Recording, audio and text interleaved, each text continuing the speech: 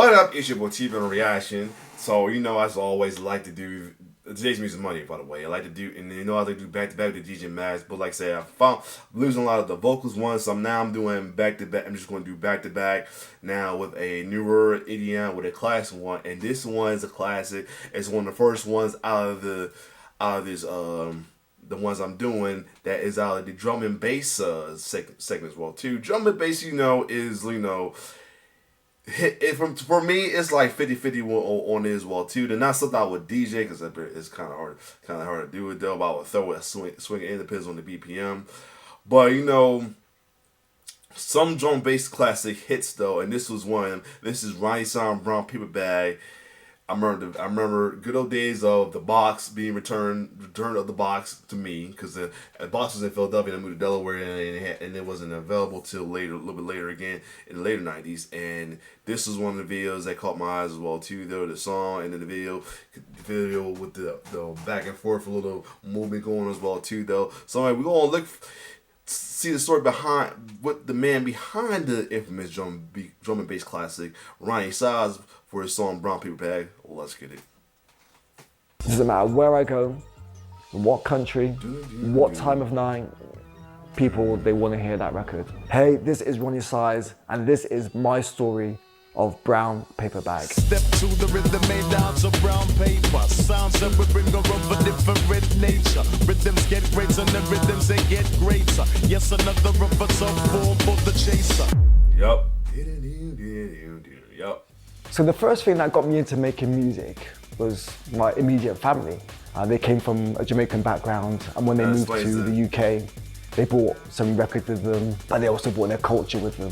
One of my brothers was into sound system reggae music, and my other brother was into hip hop and breakdancing and b-boy culture, and it was just something that just influenced me immediately because I was so young. My mum, she was always around the house singing. Certain occasions, she would take us to St. Paul's Carnival. I think I was still in a pushchair when I could feel the beelines coming out of the systems at St. Paul's Carnival, and then going to Notting Hill Carnival. As a family, we used to come up to London. The vibe was incredible. We used to walk up, like from Carnival, you spend the whole day down there, and everything was so loud and loads of things were going on, and then you slowly start walking up the hill and things will get quieter and quieter, and as you get to the top, the only thing you could hear was like the bass. Sefton Park Youth Club was very important to me. Me and my cousins were just wandering the streets, and one Sunday we walked up this path, we walked into this building, and there was these two guys there, and they were like, oh yeah, we're starting a youth club. They said, so what do you want to do? I go, I really want to make music. They said, okay, so let's do a raffle. What do you want to buy? And we said, okay, let's get a drum machine.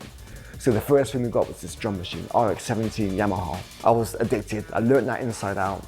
Then the next thing we bought was an S950 sampler. Then we bought a mixing desk.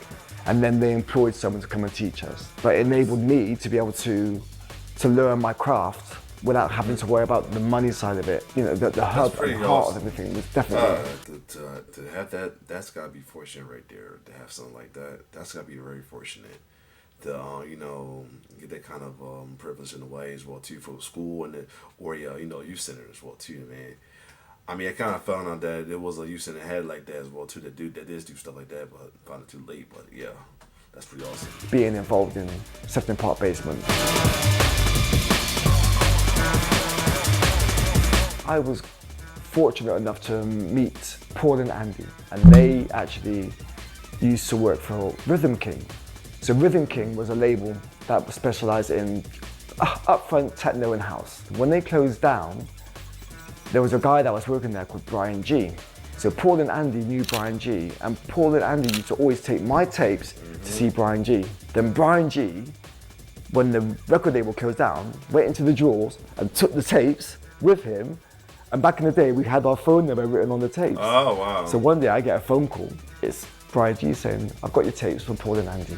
Next you know, Brian comes to Bristol, meets all the crew, meets all the boys, and that's the beginning of the recordings. Then we decided, myself and Crush, to start Full Cycle, because we had so much music to put out that we just wanted to make sure that everything had its right home. Then one person picked up one of my records. It was a record that came out on V Recordings. It was called It's a Jazz Thing. And Giles Peterson played it, but he played it at the wrong speed. It kind of made a bit of an impact, because at that time it was like 150. You gotta love that. You gotta love the beautiful disasters. I think he must have played it a little bit faster, so the place went crazy. But eventually, you know, people got used to the sound. And I think Paul Martin, who doesn't get enough credit in my eyes, who's the person that actually signed me to Talking Loud, they came in and they said, yeah, we want to sign you on Quest. So that was great.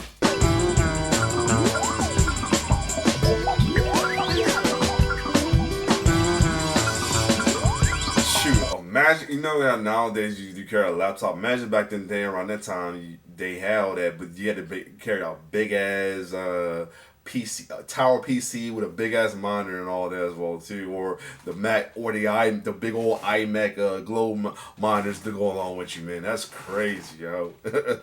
I know they did a lot of that with like electronic music back in the day, especially the techno. You know, I remember the techno stage. They was full of damn near everything, keyboard, turntables, beat machine, computer, all of that. Wow. It was at a time when I was in the studio and I was really on fire. Using my new Mac, using my big tannoy speakers. I was on a Mackie desk. I had like my ADAT, Elisa's ADAT machines. I had all my samplers, my Planet Fat. You know, I had all this equipment, you know, and I just knew how to use it. I was on fire. It was like it was one of the beginnings of going into that double bass sound. I kind of like experimented with it a little bit already, but getting Cy John into the studio, we was in the studio, and I'll be there going, oh, Cy John, can you do this? And he'd like do his like, I'm like, can you do that? So eventually I got all these samples from Cy John, just loads of different riffs. I had these guitars from Steve Graham, because a lot of people think that Brown Paper Bag is just about the double bass. It's not. There's some guitar chords in there, some Rode keyboards, and everything is pitched out of key. It's in the key of 0, it's in the key of none. It's Roni's size key. Everything's a little bit pitched, a little bit tweaked. It's always funny when I hear people trying to recreate it, because they can never actually quite pull it off, but I know the reason why. And there's one little secret which I'm never going to give away. But layering out all the sounds over the keyboard, my 760, and just going through, I remember like playing it across the keyboard. I can't remember actually making the record, because I think I must have made around 6 or 7 records with a double bass at that time. But the one that stood out, it was the People's Champion. That was the one that the people decided that's the one we like. And I'm not going to forget the single most important part of the record is, for me, having Dynamite come on in and putting the cream on top. We all bounced into the studio, we were like nice, everyone's just like lined up. The SSL's lined up, the board's lined up, everyone's good, waiting. Dynamite's in the booth. Next you know, step to the rhythm made down of brown paper. Sounds that we bring over of a different nature. Rhythms get greater and the rhythms they get greater. Yes, another of us are full for the chaser. New configuration, new riff and new structure. Belts on the frame that'll hold and won't puncture. Tight, we wrap it up, it's wrapped tightly. I think back in the day we just used to just draw for names, and I think we was going through our American phase as well. There was this thing when you go to America, people they stash their drinks in their brown paper bags. You know, when we used to buy weed on the front line down in Bristol, we used to wrap it in a little brown paper twist. You know, it sticks, and you know, we step to the rhythm with that brown paper. Makes sense for sure. Yup, this part right here, and then they go back. Yup, I remember this, dude. Yup, I remember that video. And we used to be playing with our like basketball games or football games. We'd be playing like the Ron side with the little back and forth in the replay. The video, oh my God.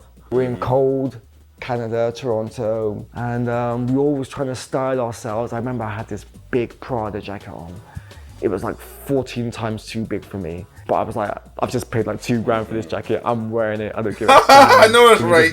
I know that's right. They're saying, yeah, just drag him out of the picture. I'm like, what do you mean? There is no picture. Just drag him. When we first got the treatment back and we saw the video going backwards and forwards, we didn't know whether it was good or if it was bad. We just couldn't really work it out until we got it onto MTV. I was in New York, and Jamie Foxx came up to us and he's like, you in that video? And I'm like, yeah. He's like, what, the one that goes forwards and backwards? And I was like, yeah. He goes, yeah, that's a great video. And I was like, well, if you said it's great, it's got great. Like people now, even today, are saying, how on earth did you do that? Right. It's taken me like a few years to realize it, but I think it's genius. Step to the rhythm made out of brown paper. Sounds that we bring are of a different nature. Rhythms get greater and the rhythms they get greater. Yes, another of us up for the chaser. We just come from Montreal Jazz Festival. We was like, oh yeah, you just be nominated for a Mercury. We're like, don't know what it is. We're then summoned to the Grosvenor House Hotel to go and perform at the Mercury Music Prize. We do our show, you know what I mean? Love doing our show. We just sitting there and not really paying that much attention. To be fair, I was looking across at Chemical Brothers because I think that they were getting ready to get up and collect the award. And then I think our name gets read out. This is probably the most radical winner in the history of the prize. Wow. Drum and bass is still very much an underground movement in Britain, but tonight it really goes overground as New Forms wins Album of the Year. You know, people said we were crazy, but we just believed in what we was doing. You know, Die, Sub, Dynamite, you know, Crust. We've all, you know, been working hard for this, and this isn't, you know, just about me. This is about, you know, this is... I felt like I was in another world, and it was the first thing I've ever won in my life. I think at the time I was very, very cautious about whether it was a good thing for us and for drum and bass and jungle. But now, I can tell you straight up and down that drum and bass and jungle will never ever die. Winning the money from the Mercury Music Prize, I just didn't even second guess about donating that money to Central Park Basement Project. I did get a bit of a stare from the rest of the band. They were like, huh? But they all got some of the money as well. So it was shared out equally. Nice. But we shared out to a good cause because we wanted to make noise about what the government was doing. And the government's shutting down all these youth centres, which the kids needed at that time. That's very nice. We turned up to Glastonbury. It's the first year of the dance tent.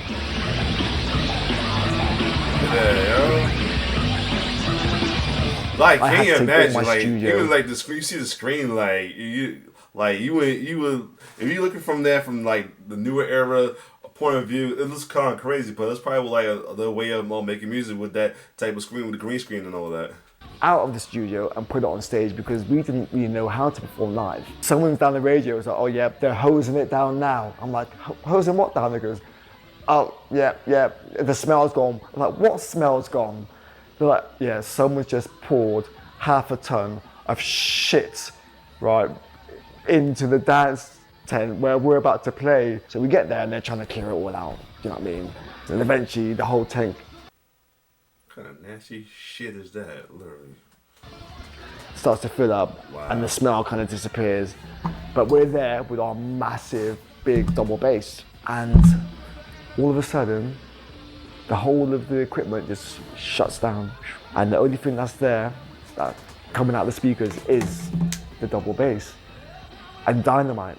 So we're like, just keep rapping, Dynamite, keep rapping, just keep going, just keep, and Side John, just keep playing. That's the only two things until we boot up the rest of the computers. And it's like 10, 15 minutes, and then doing their thing, and then out of nowhere, on cue, bang, straight back in, right on beat on Brown Paper Bag, and it was something which was, I don't know, the gods were looking out for us. There's a whole lot of people out there who have not heard of this music, and when they hear it, it'll be something new and different. Brown Paper Bag.